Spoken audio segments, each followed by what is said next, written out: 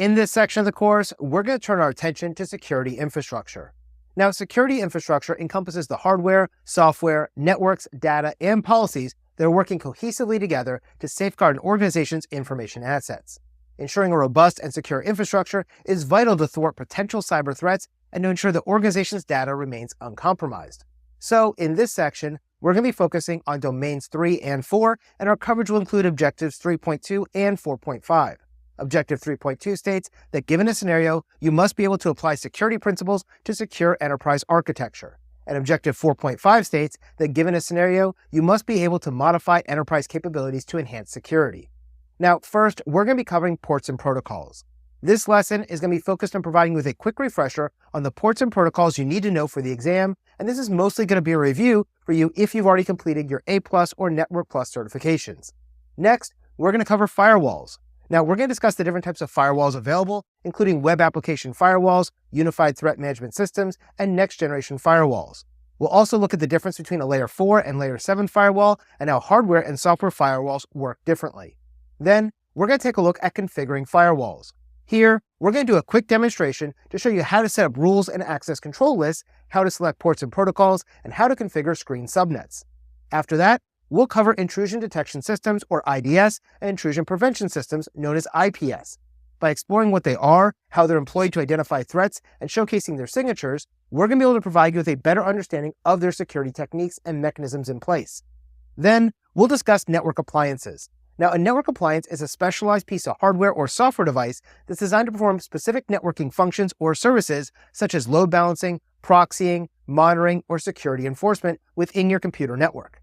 After that, we'll explore port security. Now, port security is a network security feature that restricts and controls access to a network by allowing only authorized devices to connect to a specific physical or logical portion of that network based on its media access control, or MAC address, in order to prevent unauthorized access and potential security breaches from occurring.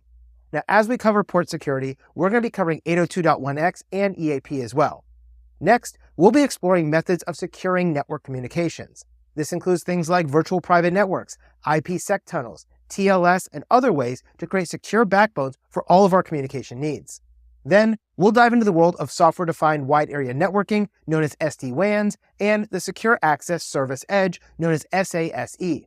Now, SD-WANs are a technology that utilize software-defined networking principles to manage and optimize a wide area network connection, or WAN connection, and this allows us to enable our organizations to intelligently route and prioritize network traffic, improve their network performance, and enhance security by dynamically selecting the most efficient path for data transmission across multiple network links, including broadband, cellular, MPLS, and others, while offering centralized management and control.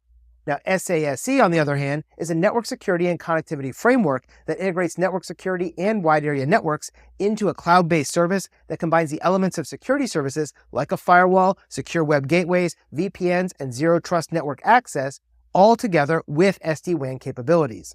SASE is aiming to provide secure and scalable access to network resources for your users, devices, and applications, regardless of the location, through a cloud-native architecture to simplify your network and security management while improving your performance and agility.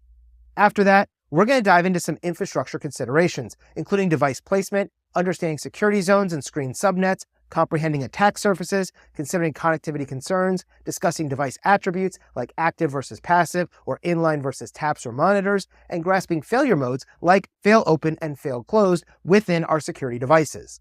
Next, we're going to take a look at the selection of infrastructure controls. Here, we're going to explore how to choose the right controls for your network to ensure your security architecture is not only robust, but also is tailored to your organization's unique needs.